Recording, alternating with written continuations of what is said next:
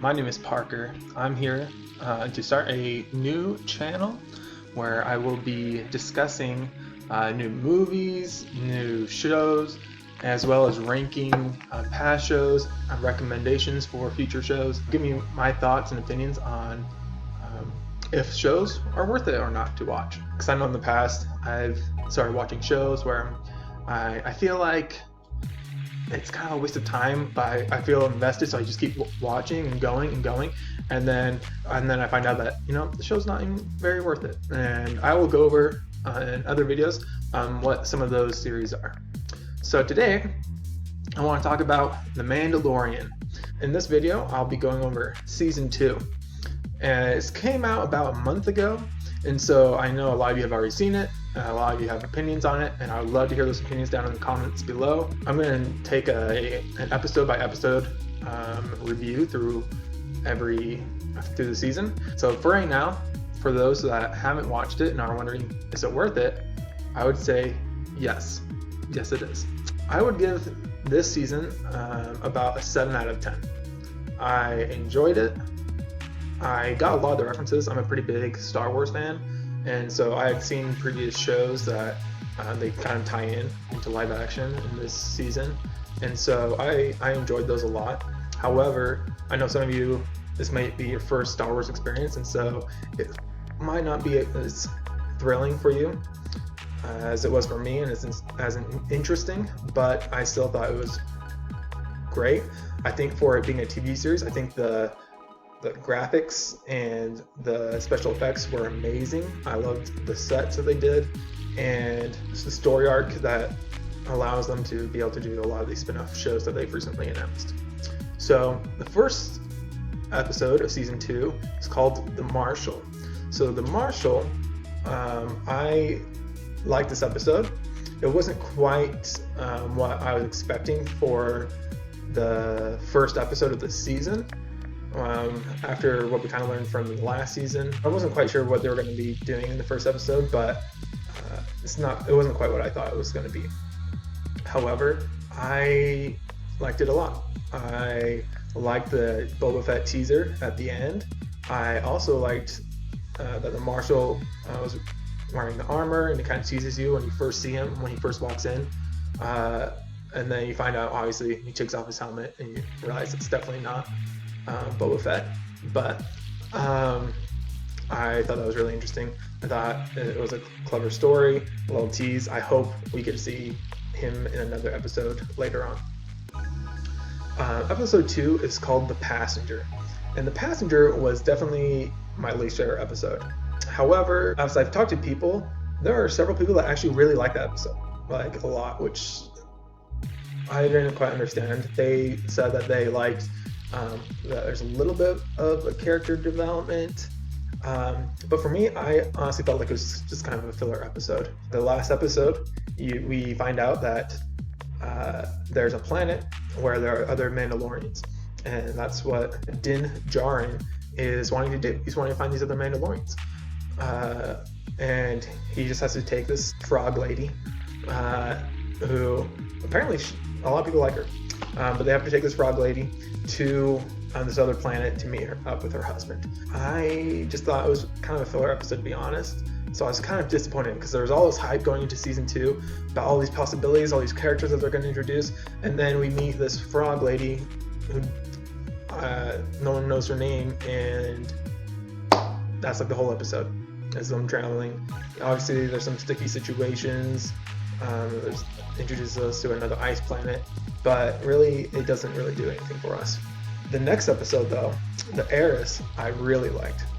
And this is where we get introduced to one of the characters from a different Star Wars show, Bo-Katan, who is in Star Wars Rebels as well as in Star Wars The Clone Wars. And I was really excited to see her in live action. When I first saw her, I was giggling a little bit. Yeah, that's a good word. But I was so excited, and it's funny because the voice actor that has played Bo-Katan in the Clone Wars, the animated series, as well as Star Wars Rebels, plays her in the live action show. And so that was just really special. I was really happy to see her, and I thought this is more of what I was looking forward to and what I was expecting from this season. And so episode 3 of season 2 is one of my favorites, and I love the action scenes in it, and I like being able to see the skills that the other Mandalorians have to offer. The next episode is called The Siege. So The Siege can seem like a filler episode, but I don't think it is at all. It kind of makes sense with the story of where Din Djarin's ship is destroyed from episode 2 of the season, and he needs some help to get it fixed. And so he goes and meets up with his old pals, Cara Dune and Grief Karga. And I really liked seeing them again. I liked seeing the development of the city, the changes in the city that they made since they were able to kick out the Empire, and so you just got what a better place it is. I also liked how it helps show the passage of time that has happened since season 1. So it's unclear of how much time has passed, but from season 1 to season 2. But we do know that there was I don't know if it was a year, a little less than a year would be my guess. But we get to see that change in that development of what happens to the city that they were in for most of season 1. And so you see the school that was in the old bar that they were in when they were held up by Moff Gideon, and it was really awesome. And so we also get a few teases here and there that kind of help tie in the new sequels to the show, which I actually really enjoy, because I feel like there's a pretty big disconnect from the original trilogy, from episode 6 to episode 7, and a lot that they never really explain. And so giving us a little bit of a hint, a little tease, was really fun to see that. The next episode is called The Jedi. It's another one of my favorite episodes from the season, because it introduces us to a Star Wars Clone Wars as well as a Star Wars Rebels character who's a fan favorite among those who've seen it, Ahsoka Tano. And Ahsoka, for those who don't know, was a Padawan to Anakin Skywalker before he turned to the dark side. And so you get to see her character development in the Clone Wars series, and we get to meet her in live action, and it was really awesome. And we got to see some of her skills, her fighting. She looks pretty similar to the animated character. Obviously, she's not. There's a lot of things that she would do in the anime series that she doesn't quite do in live action, just because of physics and just the way it looks. But I feel like they did a really good job, and so I was really happy with Rosario Dawson being casted as her, and I think she did a great job. And I'm really excited for the Ahsoka series that Disney just recently announced. All right, the next episode is called The Tragedy. The Tragedy gives us the teaser that they kind of paid off from season 1, as well as the first episode of season 2, with Boba Fett showing up and wanting his armor back. And I think it was really awesome. I was really excited. And when Moff Gideon sends the stormtroopers, I'd say that was the part where that started to bother me, that I was starting to get annoyed at, was that the stormtroopers could not hit anyone to save their lives. Boba Fett is using his staff and whatnot. The stormtroopers charge at him rather than using their guns from a distance, and so it just doesn't really make a whole lot of sense. The stormtroopers get this giant Gatling gun essentially, and are shooting it, and they can't hit anyone, and so that part kind of annoyed me and kind of bothered me. But I think overall, it was awesome to see the Dark Troopers and which is a reference Star Wars video game, and so that they were able to bring that back into live action and make it canon. I think that was really awesome of them. Baby Yoda, which we find out his name is Grogu from the Jedi. So Grogu is at the top of this mountain. He is in a old Jedi temple, and he's meditating kind of and connecting with the Force. And he's setting out this beacon to other Force users. And so while he's in this like trance meditation, right, Moff Gideon sends his stormtroopers to try to grab Grogu, and we see this fight where we get to see Boba Fett's skills, and that was one part I was really excited about, because obviously Boba Fett is kind of built up as this awesome hardcore guy, and then in episode 6 a blind Han knocks him off of the speeder and he falls into the Sarlacc pit. And so he kind of had like this silly demise. However, in this episode, we get to see how hardcore he actually is, and I feel like they finally did him justice, so thank you.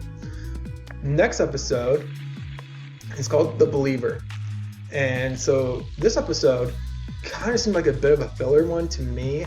Last episode before the finale, I kind of thought they were going to build up all these things and for this awesome finale, but rather it was just kind of almost like a side quest where Din Djarin meets up with former associate of his that he ended up putting in jail in season 1, and he needs his help in order to find the location of Moff Gideon. And so Bill Burr plays his character, and I think he does an amazing job. And I actually like this, where we get some character development on Bill Burr's character, as well as seeing a little bit more of Din Djarin's growth, and just the way his mindset has changed since he's joined up with Grogu, and the attachment that he's grown with him. And so the whole episode is basically them just getting the location. And so that was a little bit disappointing that that's basically all it did. It didn't really set up a whole lot for this massive finale. But the last episode is called The Rescue. It was pretty brilliant.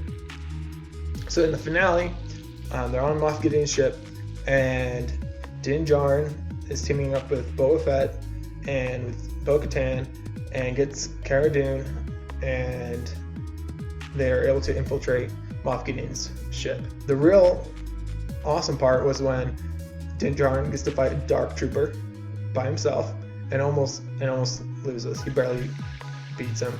Has to use his Beskar spear in order to beat him.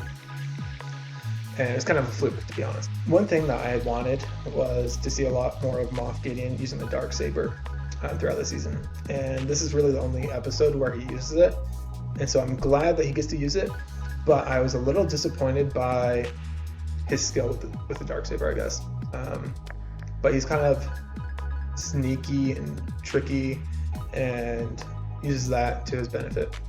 But Mando and Moff Gideon have an awesome fight. However, when the rest of the Dark Troopers are able to board the ship after Din Djarin is able to send them out into space, they kind of regroup, come back into the ship, and they're trying to break in to the control room where everyone's at.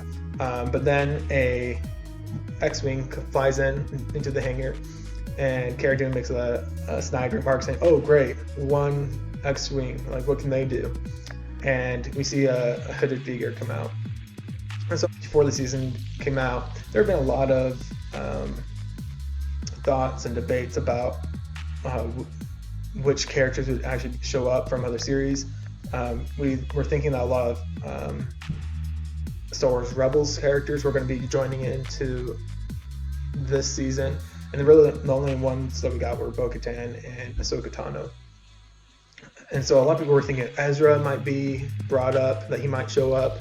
Obviously, Sabine Wren was talked about a lot as well.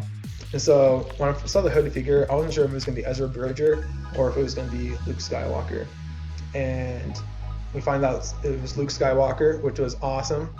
And then he has an amazing scene where he cuts through all the Dark Troopers, and it's that scene was kind of what a lot of fans had wanted for the longest time, and especially to have seen in something like that in the sequel trilogy. And we didn't get that, right? We got to see some of like Luke's Force abilities, where he Force projects himself, but that's about it. But this fight was what every little Star Wars fanboy ever wanted, right? Was to see him take out all these Dark Troopers on his own, and that was really awesome. But the sad part was though when Grogu ends up leaving and going with Luke to be trained, and kind of he's Din by himself.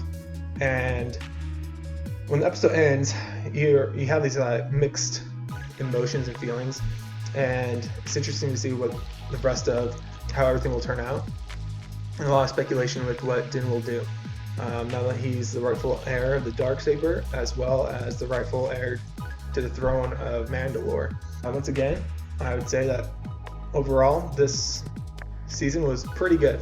I liked it a lot. It was a 7 out of 10 in my book, and so I hope you like this video. Please like and subscribe. I will be posting several more videos in the future, and I would love to hear what your guys' thoughts are on Mandalorian Season 2, as well as any other shows and movies that you would like to hear from. Please put them in the comments down below. I would love to hear from you guys. I hope you enjoyed this video, and I'll see you next time.